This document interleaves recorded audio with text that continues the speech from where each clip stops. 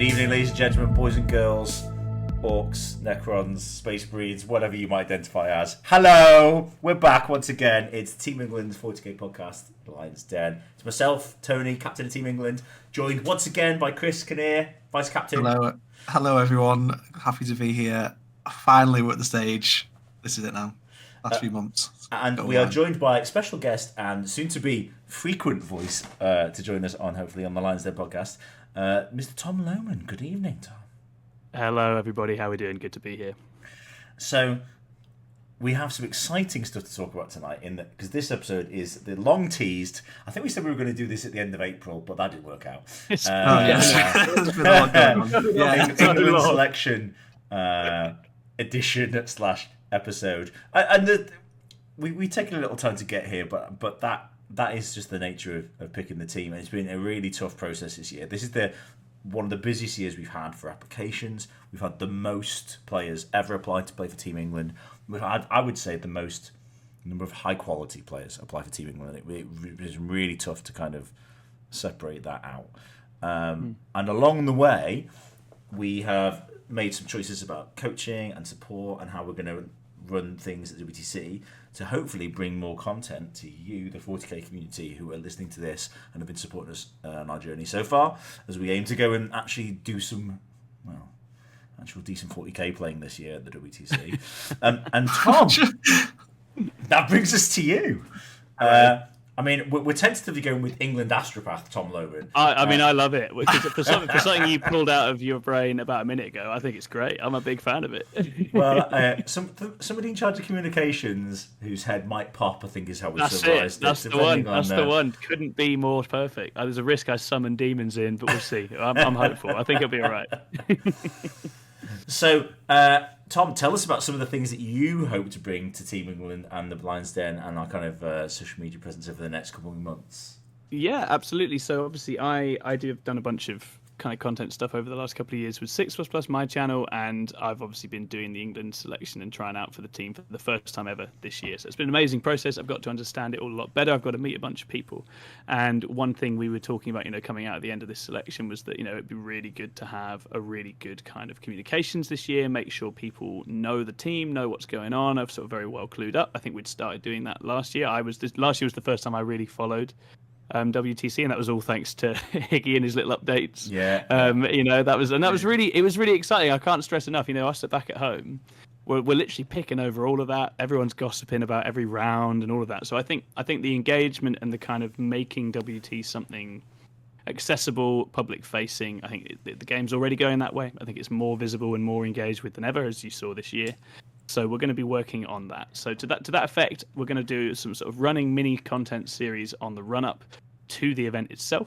And so we're going to have some little captain's log interviews with Tony, just in case Tony's not busy enough. So Tony's going to be talking about the WTC process, and we'll go all the way through it. Background selection, preparation, and talk about all sorts of different things that's going on from the position of a captain, the thankless task that is captaining a team in any shape or form. But alongside that, we've obviously, in a moment, you'll be finding out we've got some player announcements, massively exciting. And what I want to do is, I'm a big fan of the personalities and the kind of social side of the game, and I want to get that across. So we're going to do some little interviews with all of the players, going to put across their background, talk about their history, their play style, their proudest kind of career moments. Going to get them trying to answer some fun and fluff questions. We'll find out which of them know their 40k characters and battles and lore as well. I think that'd be quite funny to put them on the spot with some of that. There's a few of them I reckon will be all right. There's a few I'm not so sure about. I think we'll see. I think they'll be okay. And try and get those personalities over. And then there's another little running segment that I'll do alongside that, which is called Know I in Team. And the goal of this, this is going to be going out a little bit more widely. We want to try and get this out beyond the immediate kind of sort of WTC audience and have interviews that are covering, all of the things that make Teams 40k and WTC so different to just bopping about at a singles GT, right? So we're going to have all sorts of different little mini themes, and I'm going to pull out all the different team members to talk about a little element of teams that they know or care about particularly, and just give you, you the listener, a little bite-sized view into how the game is kind of understood and played at the sort of teams level and the international level. And then when we get to WTC itself, we will just be trying to keep you as updated as we can, right? I want to make sure there's sort of live reports going out during sort of pairings and after, during the round, during the end game round summaries. And we'll try and get some little short videos. If only one or two of the team members was prone to doing occasionally silly things and being entertaining. I can't think of anyone off the top of my head. I don't know if you boys can. There's one or two who do All love. very sensible, mate. Yeah, very sensible. I'm confident at some stage one or two of them will do something that's worthy of video and report. And then when we get back, the goal will be I'm going to be writing up a sort of big team blog with a view to publishing that on Goonhammer, and I'm hoping actually I'll get each of the lads contributing a little bit to that as well, so we'll have a great big sort of super document of the experience which we'll kind of finish when we get back. But we'll also do a kind of player interviews, again checking in on people, what they ran, how they played, what they learned, highs and lows, all that good stuff. And have a general sort of summary podcast as well. So the goal is just to make it all very, I think, stuff that was already starting to happen, but make it really streamlined and focused, and just get each of the players kind of in the public eye a little bit, but in a way that hopefully will just let them have some fun, not distract them too much from the task at hand, but also get the kind of team experience across to everybody. I mean, if you didn't have that written down, that's just perfection, Tom. Can't get enough of it. I feel like I'm a lecturer, mate. It's my job. It's what I do. I mean, I feel like you're going to be the Trent Krim of the Team England 40k setup, and as the Ted Lasso, the bumbling idiot that actually is surprisingly good at this. Yeah, absolutely. I'd take that. Chris, you're going to be my beard, and then, well, I think we can already decide. I think you can already figure out who Jamie Tart and Roy Kent are going to be from our little group of guys. Answers in the comments, please. My word, so good. I think this is a really exciting step for Team England because the reason we started, Chris and I. Yeah, we've been bumbling along doing this, haven't we? Yeah, but we started off with some of the other guys helping us at the beginning. We've had some of the guys from the team on as well. The reason we started this is because we just to kind of share what we're doing, really, and raise some awareness of Team England, so it's easy to find us. So you can type it into YouTube or into Facebook and find a group and find the podcast and find some information about it. Where before, I think it was being on an obscure Discord with a random Facebook link from last September isn't the best way to find out about the team. So not at all. It's really exciting that we can hopefully be in association with and sharing through 6++ and through the Goonhammer, etc., as well as what we're putting out as well. Just reaching out to people, and then maybe that will inspire you, wherever you are listening to this, to apply for Team England in the future. If that's something you think you want to be involved in, if the WTC sounds like something you'd like to go along to as a player, a coach, whatever format you're interested in. I'm calling it now. You're going to have more people than you know what to do with next time. It's going to happen. I hope so. We're really trying to just get the Team England setup out there. Just not be like, the perception in the past few years has been, it's the old boys club.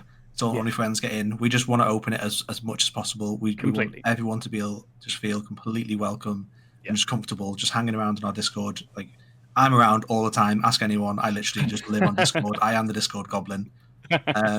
You'll always find me around. At the minute, though, you might not see me because we're doing WTC prep. So the next few months are going to be probably quite quiet on here. Just hiding in our little secret channels, talking secret lists, and that'll all come to fruition. Yeah, it's juicy the next few months. So look forward to next year's application. That's going to be amazing. Yeah.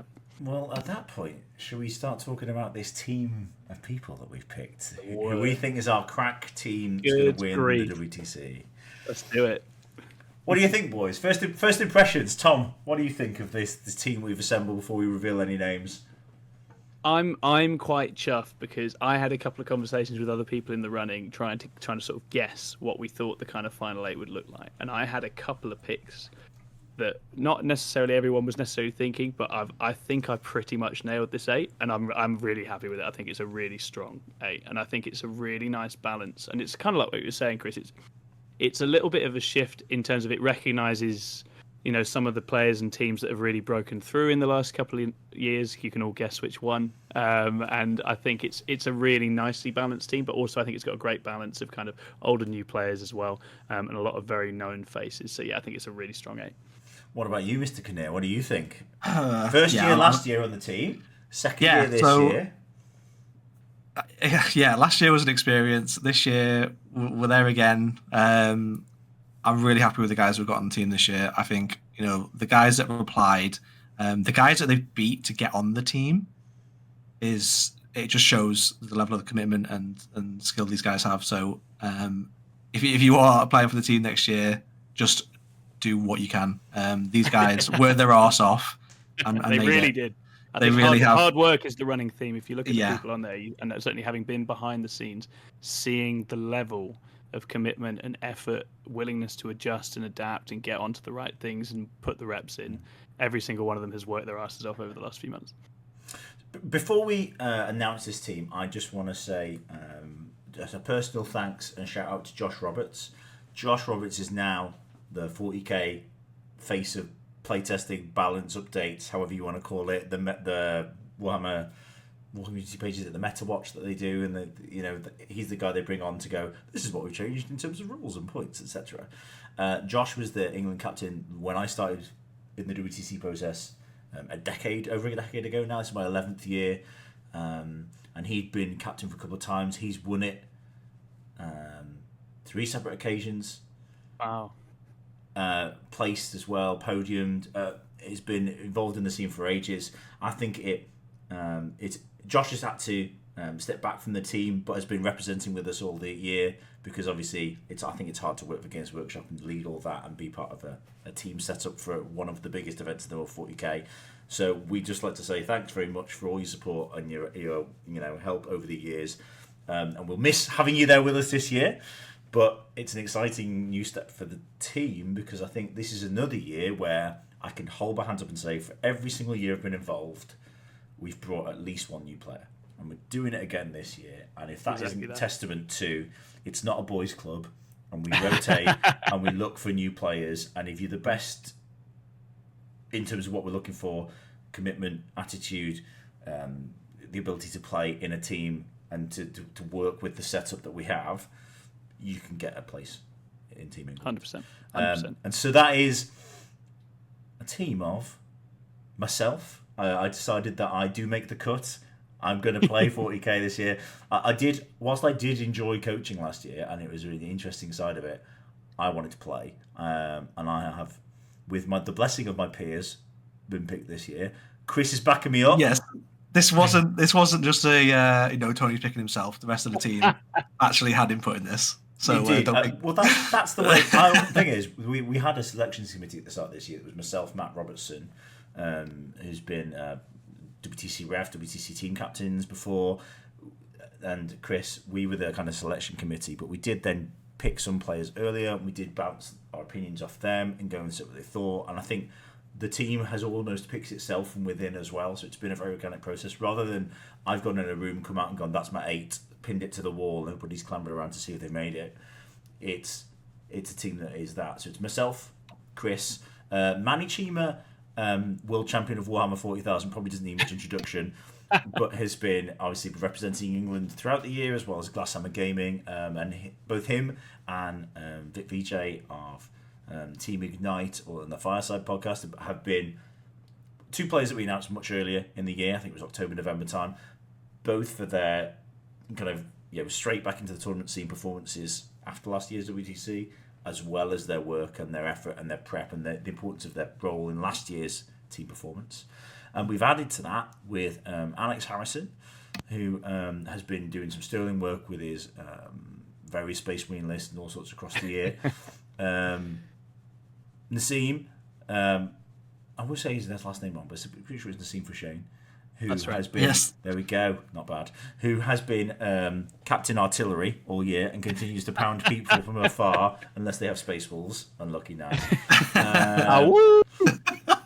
And those are all, alongside me, they're all players who have some WTC experience, but have had to work really hard to get their place back in the team. And then the 2 new players this year, really pleased to announce that we've got Chris Radford, Boris Meacher, both of Team Ignite, but have both kind of earned their place on the team in different ways. We first saw Boris this kind of tournament season year do really well at the World Championships in Atlanta alongside Manny. Was very lucky to not get through to the finals game, but did win the best overall and did really well there, and has been representing with the team with Team Ignite over the year. And the same with Chris Radford, who's just been trying to go to as many tournaments, trying different armies, trying different factions, teams, singles events. We've done loads of teams events that we've talked about, and those players have both been along and represented. And of the group of players that we've had applying, those are the two that really shone in terms of their work ethic and their commitment and their game skill. Really, to go, you just pip what's probably, I would say, a really strong group just behind them.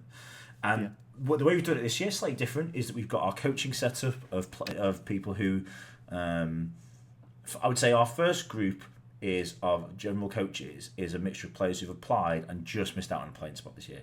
So we've got Raf Harbinson, Will Whitaker, Kyle Grundy, and then we've got Adam Lane and James Ramsey. And within that, we've got 3 or 4, I would say, of our top applicants who've done really well this year, played really well, just missed out on a playing spot. Just because it was such fine margins, but we had to make a choice somewhere. And I liken being England WTC captain to a bit like a football manager. I mean, you live and die by your team choices, really, but there is no metric apart from, well, you have to go with your gut in the end. You can list all the things, make a spreadsheet, do a pie chart, whatever the hell you need, throw darts at a dartboard. But you'll eventually go, this is the group I feel happiest with. And so whilst some of those guys just missed out this year, the chance to come and experience the event and see the intensity that comes with getting ready for each round, the prep between rounds, the way we try to build our team ethic and ethos so that when we're there, we work really well as a group. It's really important to see that as a coach so you can do it better as a player if you get that chance. And so to help them, we've got a head coach this year, which is something we haven't really done before, which is Jack Davis-Fletcher, who came with us as a coach last year, but was probably one of our, if not our most successful coach last year, and has stepped up and is going to be in charge of marshalling that and managing the coaching team and doing a bit of our pairing and prep work. And we've got David Clear, David M, as we call him, who has been doing some sterling work behind the scenes with some of our, I would say, England tech, but I suppose he's facilitating some things about pairings and lists and how we break down. He's got his fingers in all the pies as well, Dave. How we break down our routines between rounds to make it really smooth for Team England. So they're two. It's Moneyball now, man. It's Moneyball. He's got all the stats. Exactly. I mean, we're going to have to come with some sort of Inquisition-style code names for these guys. Like, it's going to have to be We're doing it. What are they called? What are the Orange Inquisition Space Monkeys that invent everything called? I can't remember now.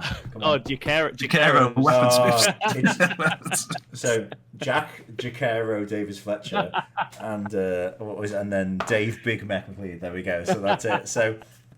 Coaches' nicknames you can insert in there as you want, but we've got a great team of 8, and we've got a big selection of support staff around that. And obviously, England astropath Tom Lowman will be speaking to all of these players and coaches and bringing some of their, I suppose, opinions, experiences of the process as well along for you guys to listen to and to hear about.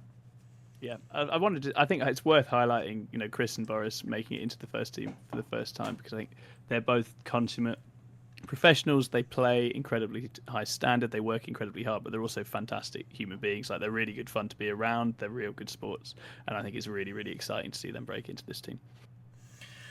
And it is a really strong team. I mean, it's so good. It's a very tough team. Yeah, you've got any player that if you hit in the top 4 of a tournament somewhere, you'll be going, yeah, I can see that. I can see those players making the cut. Mm-hmm. They've all been around and playing for more than a year. We names that we've known now for a while in 40k.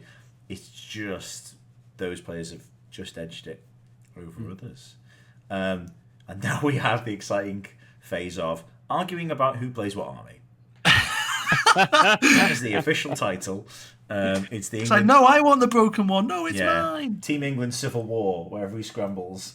I liken it back into the old days when you used to play, like, I don't know, I suppose we used to play Monopoly when you were little, and just like, no, I want to be the car. I want to be the dog.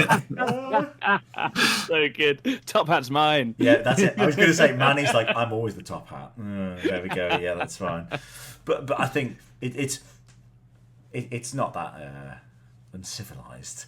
I think we've picked a group of players who have some play factions in mind from the year. I'm sure people can look back and go, "Oh my gosh, these people have played these armies this year," and that will certainly inform the choices. But it's a really exciting time for 40k. We've got the points update that's just come out.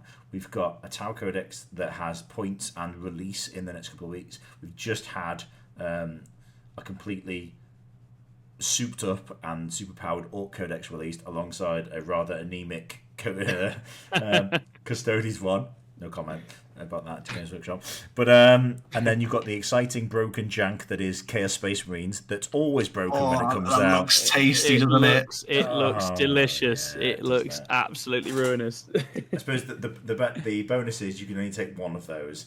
Gone are the days where you could. So there was days in years gone by when you could take one codex as a primary book and one codex as an allied book. So every team was just bonkers. Every team was 4 books basically. Yeah, why? Obviously, don't do that. Primary and ally, and then ally and primary. There we go. Oh look, it's amazing. It'd be like demons with Chaos Space Marines, and then Chaos Space Marines with demons. Nobody ever saw that coming.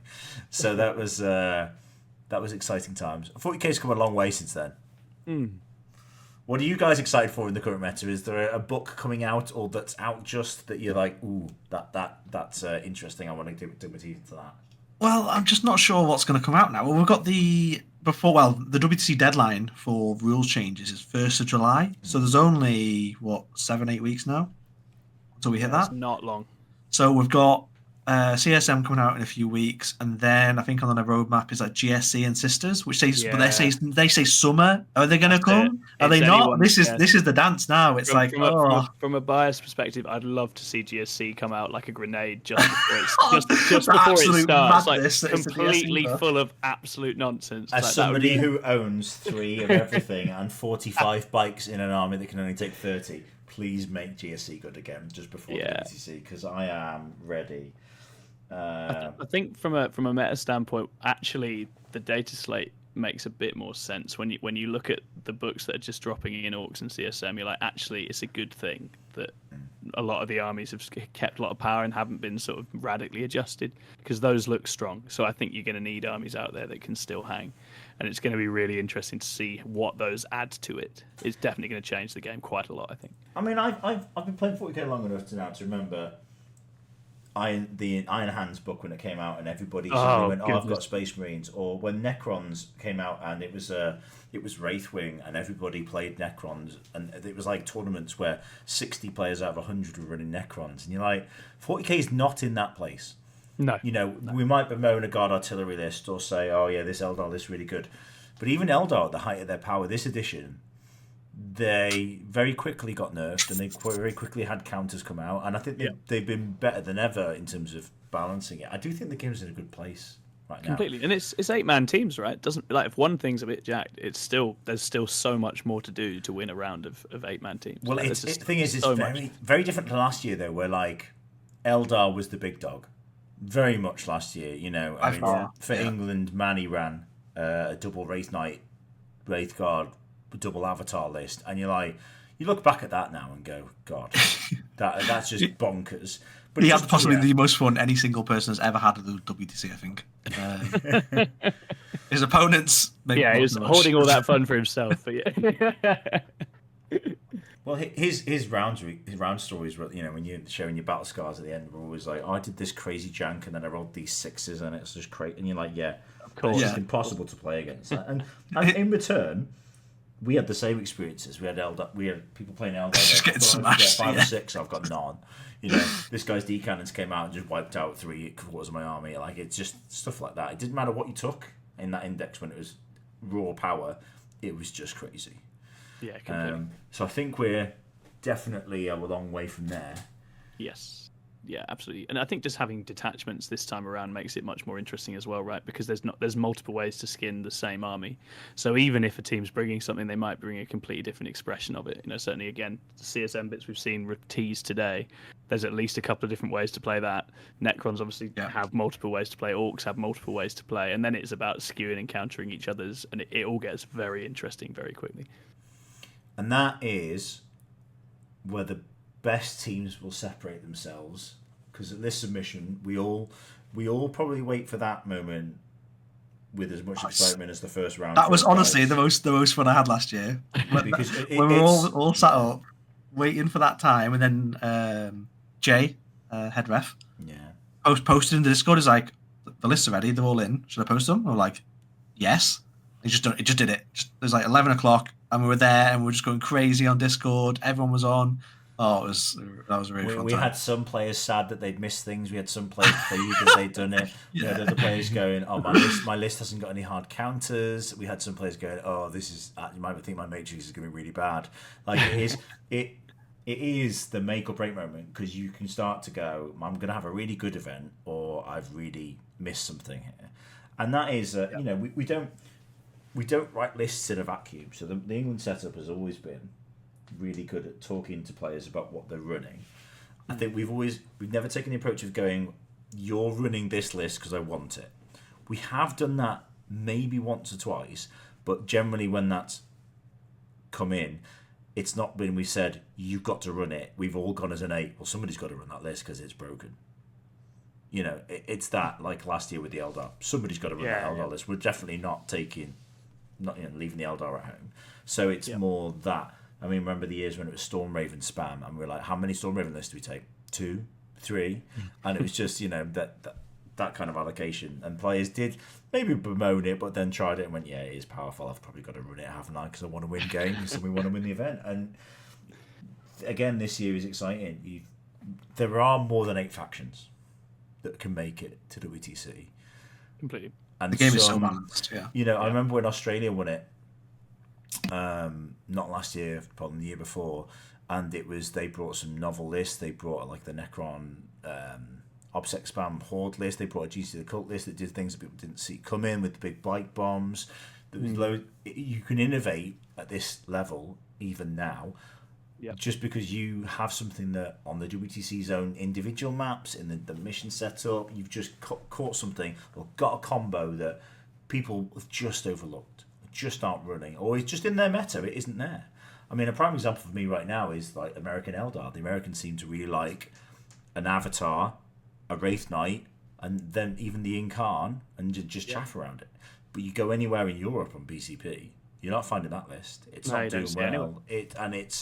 Is that a player place terrain thing? Is that the nature of the team events? Is that the nature of their tournament scene? Friends who play 40k tell us that they have more kind of, I suppose, casual gamers who go for the painting side and the camaraderie side and the event chill out, rather than the kind of whack gamers at the top there, where you maybe have 3 or 4 of those in a big 200-man event. In the UK, I think it's very different. I think you can go to a 350-man event in Manchester or Nottingham, for example, like I've done this year, and have like 100 people who you go, I recognise that guy. That guy goes to tournaments. This guy goes.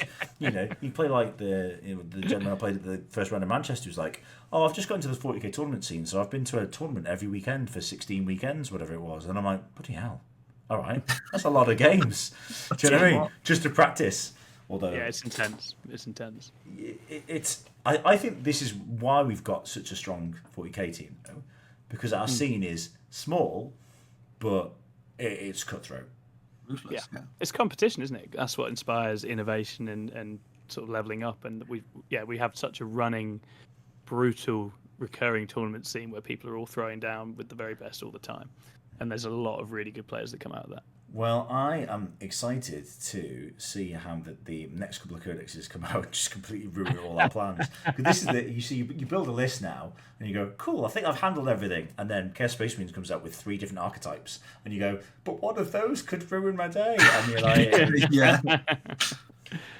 And I think our biggest problem now is creating team balance, because WTC necessitates, because of the way the pairing works, lists that can go forward and be difficult to beat, and lists that can go and beat things when they're put forward. And that it's really hard to gauge that. It's a fine balance, isn't it? Because you don't want to go too much one way. Because if you go for too many like 10-10 lists, then you're just going to draw the rounds that you need to win. And if you go for those smash lists, you go, oh, we've got one too many, and now it's got because the prey list you tailor to be like really, really good versus 4 lists. And coming back to your point, Tom, really, really bad. Detachments give you kind of more character and things. They also give you more opportunity to fall into a trap.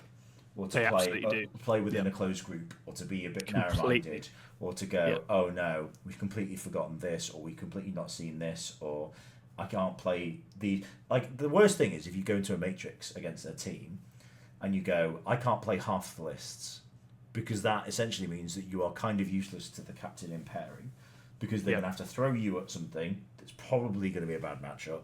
And Are you Naz? Naz? Going to fight for points. Am I Naz? Oh no, you've confused me with somebody else. Shots fired. Outrageous. I don't. Space Wolf's hopefully not going to be too common. I think it'll be all right. Oh Jesus, wept. Oh, Proteus kill teams, but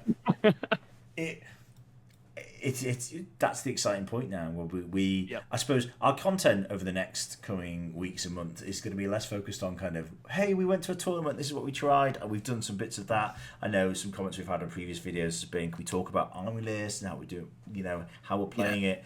You're probably going to see less of that until we come out to the actual WTC list reveals, because now we tend to close doors a little bit and go, right, we're practicing. We've picked a big coaching team alongside 8 players. So we've got 16 to 20 people with others who aren't going but are chipping in to go, this is what we're going to do.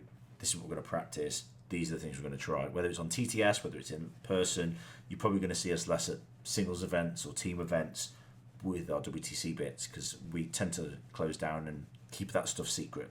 I think, especially now BCP being so popular. Yeah, you can't hide it. It's literally a second you do anything in this game, everyone can know. So you have to be careful. Exciting. But you will see us at the ITT in a few weeks. Anyway. Have you decided who's going, man? Have you decided yet? I'm gonna let you talk about this, Kinnear. Go on. Okay, so I'll say the team that's going. It's been quite funny because we have Ignite, which is like half the team. I was going to say, then, like, the Team England are going as well. So it's like we're like been trying to keep each other like secret, like who's actually on the teams, what lists are we running. We haven't spoken about lists at all, other than Manny, who just blurted out, which is really good fun. But yeah, it's been a little sort of back and forth between the two. It's been a bit of good fun there. So the Team England team will be myself, Josh Roberts, Nathan Roberts, Manny, and Alex. So we'll be representing the team there in end of May. So look forward to seeing everyone there. We'll be running some nonsense. And the Seam is captain of the War Masters team, so he's going to be leading a group of I believe. And then you've got Vic and Boris and Chris are all playing for the Ignite team. No, Chris isn't going. Oh, Chris isn't going. Apologies. No. You can't make that one. I mean, that's been something that we've never really had before in terms of managing a Team England setup. It's not so much kind of an argument or anything like that, but trying to balance, well, how do we manage lists and secrecy around the team with people going, but this is a great team event for me to try my list. I don't know if next year we might just say, once we picked you for the team, you kind of have to withdraw from that stuff, and we really do go closed door, because it is really hard. And we're currently adopting a policy that we, I believe Team America do this and Team Poland as well. That once you're on the team, if you want to run something at a singles event, you have to get the blessing of the kind of the wider team and captain to go. I'm going to run this. Is that all right? I'm not revealing anything here, because otherwise, it's really easy to go, well, I'll run this cool idea that I've seen. Oh, no, wait, I've revealed it. Everybody's seen it. Yeah, exactly. I mean, Manny's the prime example of, if he runs something, he gets messages about it, he gets people talking about it. If he wins with it, he'll want to go on a podcast or talk about it. Or even if it's just an interesting list, they'll come and talk about it because you're the world champion Warhammer. So he just can't play anything, really. Yeah. So, Manny for Admech for the WTC. That's what we're seeing, people. Yeah. He's on fun melee armies. He'll be fine. Yeah, Admech are a fun melee army. What are you talking about? Just a load of Max robots. He'll be good. Yeah. Well, I think that's probably the end of our announcement bits. But Chris, you've got a few little bits to mention about if people want to get involved with some support for the team as we head towards it, the WTC. Now's the chance. So, obviously, going into WTC, we will be doing a big shirt order. So, we're going to be opening up the shirts for sale to sort of general public. So, if you join our Discord, there's a channel called Team Merchandise, and there you can see shirts, dice, and objective markers. The information in terms of price, etc., is all in those channels. So please hop on our Discord, which will be in the link below, and just let us know what you want, how many, size, etc. All the information is there. Just let us know. We'll get to you as soon as we can. I will say, I mean, it's my team. I'm helping to fundraise for it. We don't do these at great sort of inflammatory costs. We're not charging 50 quid for a t-shirt. It's very reasonable prices for dice and objectives and shirts. But any kind of purchase is really appreciated. It's just little small costs that help us reduce the cost of ticket for the team and helps us to get extra coaches and things over there. So if you'd like to support the team, that's a great way to get involved and get some cool merchandise along the way. 100%. They look great as well. Chris, our captain's got the objective markers, and they are sweet. They are really nice. They're nice, aren't they? They're really nice. I'll take credit for that one. Oh, that was all you, buddy. All you. And some talented designers on the web, but we'll not talk about that. Well, gents, thank you very much for joining me for a shorter episode, but I think that is a nice starting point for where we're going to go over the next couple of weeks and months. It's a statement of intent. We're good to go. Yeah, and I think that it's a switch. We're going to try and just bring it, like as Tom's alluded to, some more short form content and stuff that you can just pick up and access really quickly, and just give you a bit more of a glimpse into where we're at. Alongside hopefully some of our longer form content every once in a while. We might well have to talk about this ITT tournament and get Chris on to talk about how the team does on that, because you're going to win it, right, Chris? Obviously. Come on. Come on. Can't be going and losing to Team Ignite. Oh, nobody's made like those extinguished losers did last time they went on. Who were those guys? Who were those guys? That's a relevant conversation topic. Is the name Extinguished dead now? Is it over? Yeah, so we were talking about this the other day. So I think the name Ignite, this might be a true story, it might not, came from Naz. So Naz is bragging that he made Team Ignite. Of course, it was his idea. It was his name because he was playing League of Legends a lot of the time, and there was spitballing names, and like Ignite's one of the summoner spells in that. It's like, oh, Ignite, that's cool, sounds cool. So our team name for this one is Cleanse, because as everyone knows, Cleanse dispels Ignite. So that's what we're going as. Just keep trying. One of these names is going to work. Yeah, one day. These names sound more and more like a cult every time you come. Yeah, I know. Cleanse is sinister as hell. Do you want to join Team Cleanse? Yeah. Gene see the cult book, man. The cult of the Cleanse will be in there. I mean, yeah. If Tom the Astropath wants to shave his head and then going around in a long cloak, going, no. Do you want to join the Cleanse? Oh, am I going to cosplay at WCC? Oh God. That's a condition that you come with this, Tom. You have to cosplay it now. You have to do the whole thing. Jesus, here we go. All right, so be it. I've actually got like a giant 5-foot Warhammer that I won from some event that was 3D printed a while ago. So, oh my word! Okay, well, if I get a cool stash, I'm up for it. He's also got his sexy witch outfit as well. So if you're lucky, there you go. Spikes in all the wrong places. Well, on that low note, well, gentlemen, thank you very much for joining me for a quick chat about the state of Team England. If you'd like to get involved, as we said, make sure you check out our YouTube channel for our prep so far. The next couple of weeks, we'll be talking about where Team England is at the ITT, and you'll be able to catch some more content both on Facebook and YouTube and across the 6++ and Team England platforms, as well as hopefully on Goonhammer as we head towards the summer event. I think that's everything, guys. Fantastic. Let's get started. Bye, everybody.